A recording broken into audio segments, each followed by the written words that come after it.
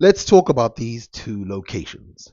The first one being Tassel and Najer, the second one being the Enedi Plateau. They are separated by at least one country and have a separation the distance of a piece of Libya. Tassel and Najer and the Enedi Plateau have something very cool in common, which is that they show a marking of Africa that even though they are separated, they are not apart in the true sense of history, because these two places hold some of the cave paintings that depict cattle and other farming stuff from 8000 BC, something that should be impossible back then, according to some people. These places as well are the places where the Basenji, the dog, African dog, was first tamed. And then also where animals like the camel were first introduced, making it obvious to us that the animals from that are like camels, the dromedaries, were first tamed in Africa because you do not see them in other places of Arabia in a tame position until you see them in Africa. But that is what I thought. Apparently, there is a documentary that I saw from 8 days ago that has a completely different answer. It agrees with everything I say that these are from 8000 BC. I can't play it because some people are copyright heavy these days, but I can show you stills with the subtitles. If you don't know by now, I have a slight obsession with ancient aliens, and as you can see, the topic today, as according to these people, before we get into the real stuff about what it really is ancient African cultures and their alien connections. Alien connections. Now, this would be the part where I would be playing the video, so I'm just going to read it in the guy's voice. But in the Algerian Sahara, in the region up to Tassili, some estimated to date back as far as 8000 BC, depict a time when the land was lush and teeming with life. But if so, what happened? The scenes that you see at Tassel Najir are totally bizarre. They're showing a Sahara that was once fertile with giraffes and antelopes and other animals we find only in Central Africa, of what even the archaeologists have called, guess what they call them? The Martians and spacemen. They have strange helmets on and suits. They look exactly like extraterrestrials. Okay, so I would like to go on for a long time, but I don't know how YouTube works anymore. They might copyright me for still photos. So I'm just gonna go ahead and basically give my commentary on the video. Uh, you can see that sometimes the heads are drawn wrong and they're drawn with these little dots around them. These dots, of course, being scarification because that's what Africans used to do. And you can see that the head is supposed to be a giant shape. Now, if this was a helmet, it wouldn't have a nose and an ear that you can easily see. But that's what they say. They go, oh, they got armor on, they got a helmet. Clearly, they're aliens from 8000 BC. I love it. By the way, just look it up. It's 8 days ago. I actually find that stuff legitimately entertaining. In my opinion, it's probably the best thing that happened to history because it makes people go look at the original material. Here's one that's less easy to explain. This one is also from Tussle and Najer, and you can see there where the head almost looks like it's separated from the body, like some kind of levitating disc or something. And honestly, if I was like 14 or 15, this would have instantly said alien to me. But, knowing what I know about African history and what I know about African art, this is not only is it not a spaceman, the guy's wearing a loincloth. That would be a pretty weird thing to wear over a spacesuit. But think about how cool this art is compared to some other cave art from around the world where it's just plain and normal. And of course, you can see again these dots all around the body, giant heads. And by the way, some people say that's a giant. It's not a giant. But I will admit I don't know what the hell it's supposed to be. I mean, it looks like a giant. Look at everyone around them; they look very small.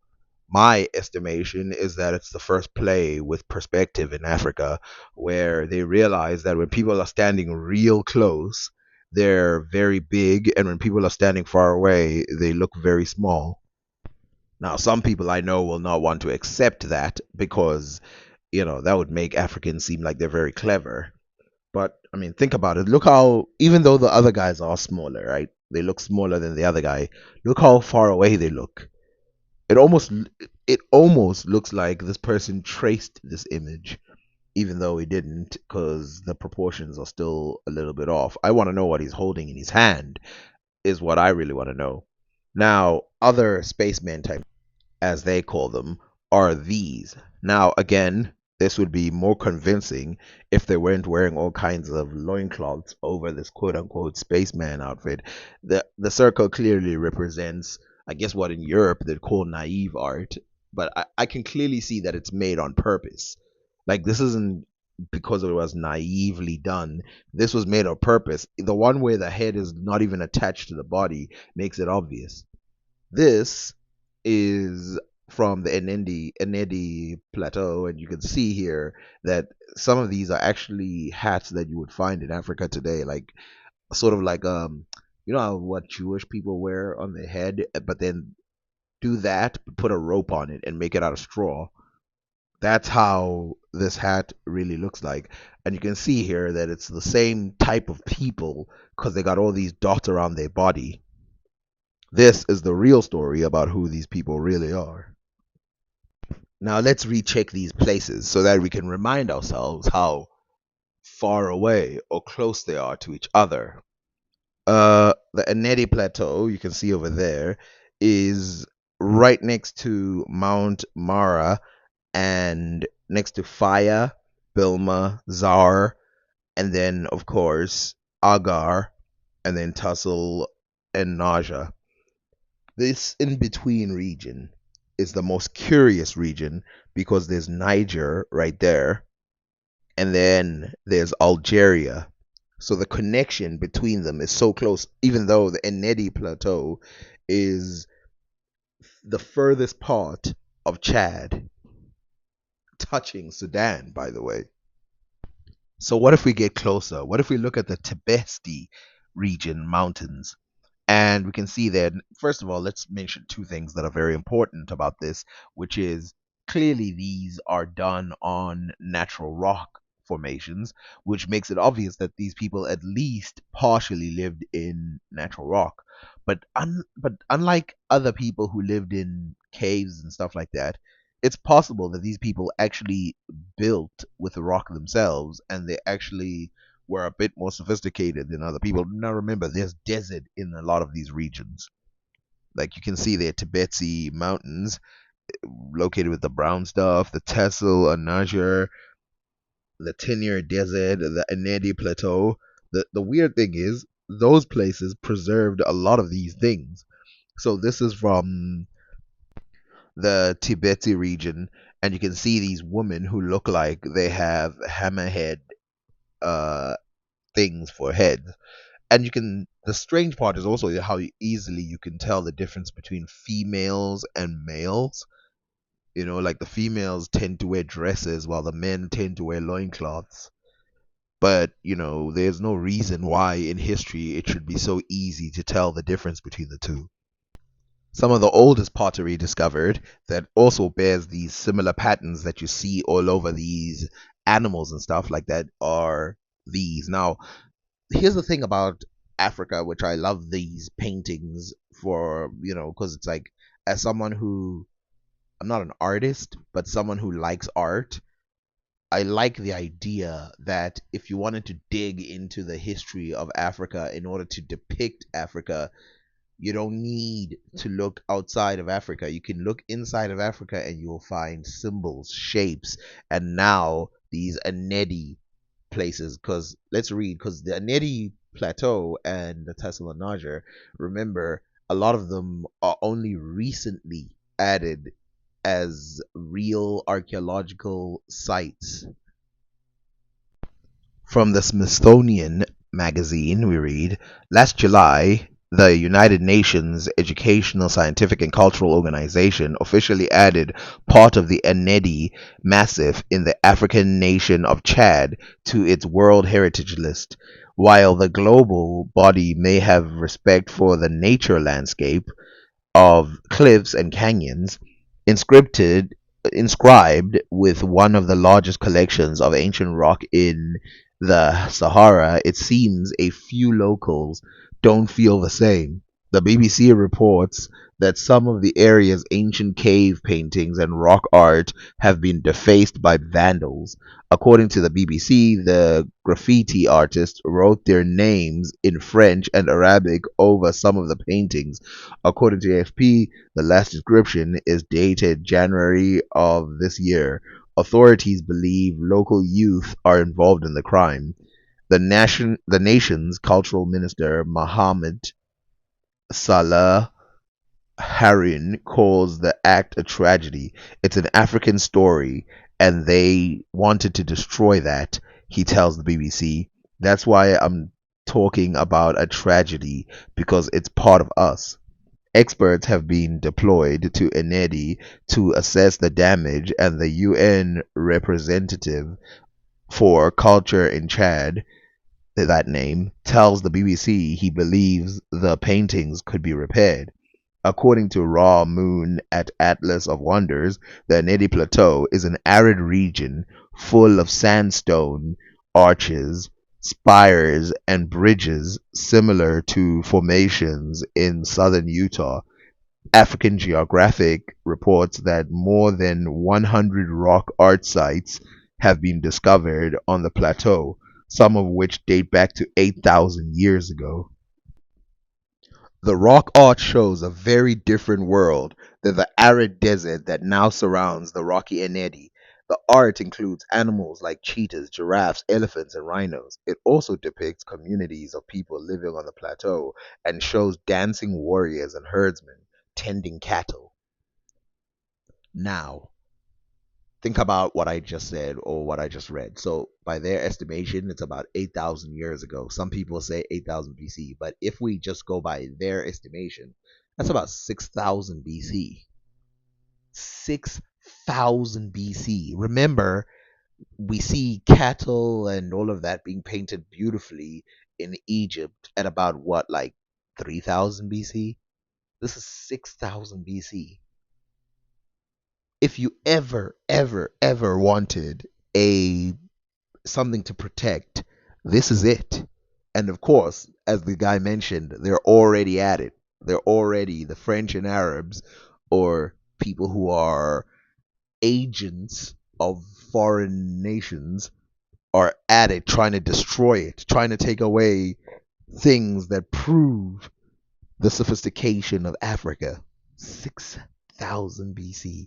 Now, why would I care about this again when I've talked about it before? Well, combine it with the fact that I told you that there was trade between the oceanic regions and the African regions about back then.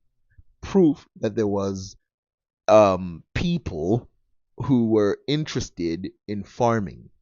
So in your head, you might have this idea that we're talking about a people who are like tribal, and then all of a sudden the banana came and they got sophisticated. No, we're talking about a people who already were interested in farming, and when the banana came, they were ready.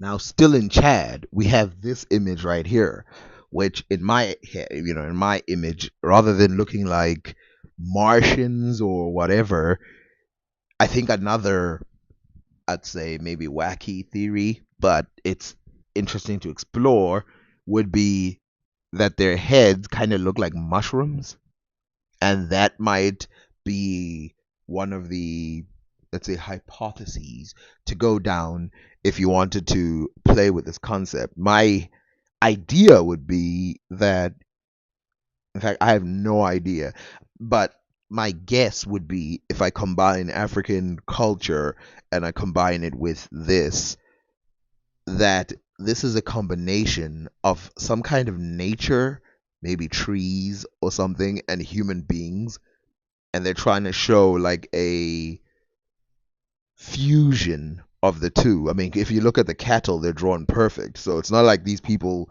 suck.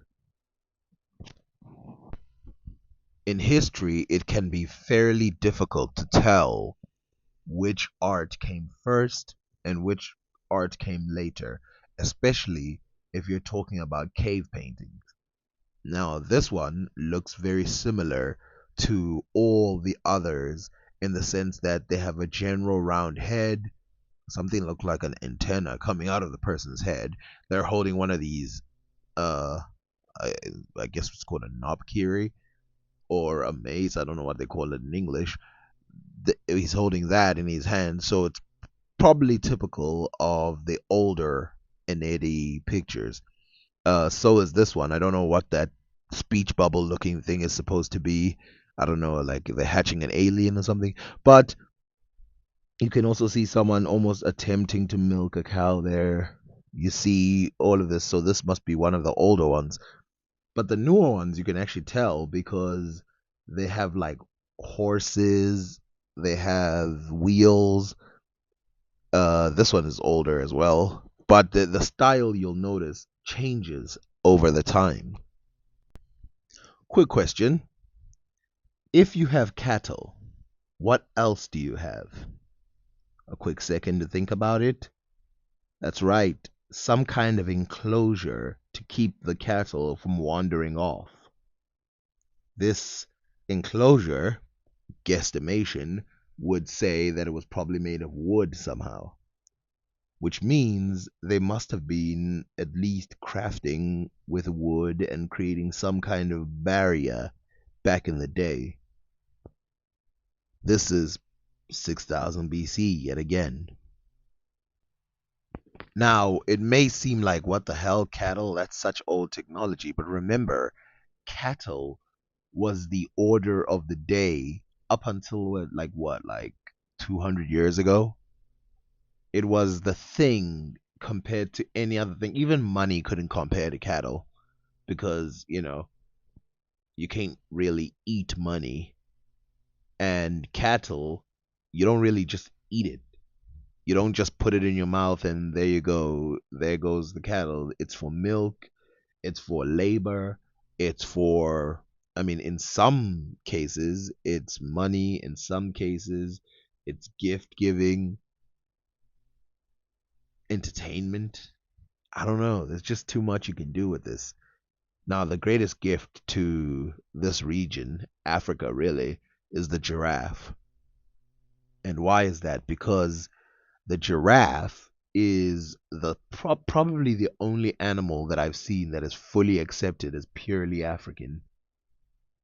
But let's not skip this point about cave art so quickly. Let's go to Sudan for a second and see what they were doing in 6000 BC. So in Sudan, you will find a place called Khartoum. And in Khartoum, to the northwest of Khartoum, you will find a village called Saba. And in this village, you will find 6000 BC depictions that reflect but are of a completely different style of animals. So you'll see here, we see cattle, showing that it's not a fluke in that one location in time. So it's not like we have this mysterious African region that just has cattle from back then. We know that even Egypt had to stretch back to about 8000 BC. And right next to the cattle, we have the mark of Africa right there, giraffe.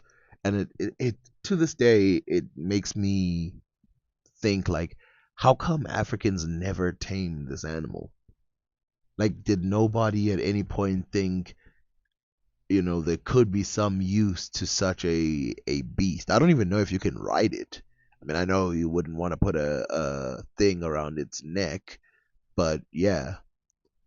Now, the second thing that we find are boats. Now, remember, in North Africa, we found those people swimming. In South Sudan, we find these boats, and they're very reflective of the ones in Egypt. This is the Saba region from very far back in history. But this is a tale for another day with other people, because, of course, Sudan is another story altogether. Now, I want to make a very big, long video about Chad, but let's try to get, I don't know, 50 likes on the next video or something to see, on this video, to see if I should do some detailed deep dive on Chad, because right now I'm just giving you surface. Like, we haven't even started. You know how many caves there are in Chad? You know how many empires or civilizations or kingdoms there were in Chad? You know how many buildings there still are today? You know how people still build things? Chad is not a place to play with. And of course, the connection with Egypt and the Sudan. Come on. Anyway, like, share, subscribe, and remember, there's a lot of copywriters out there, so I can't add a lot of videos.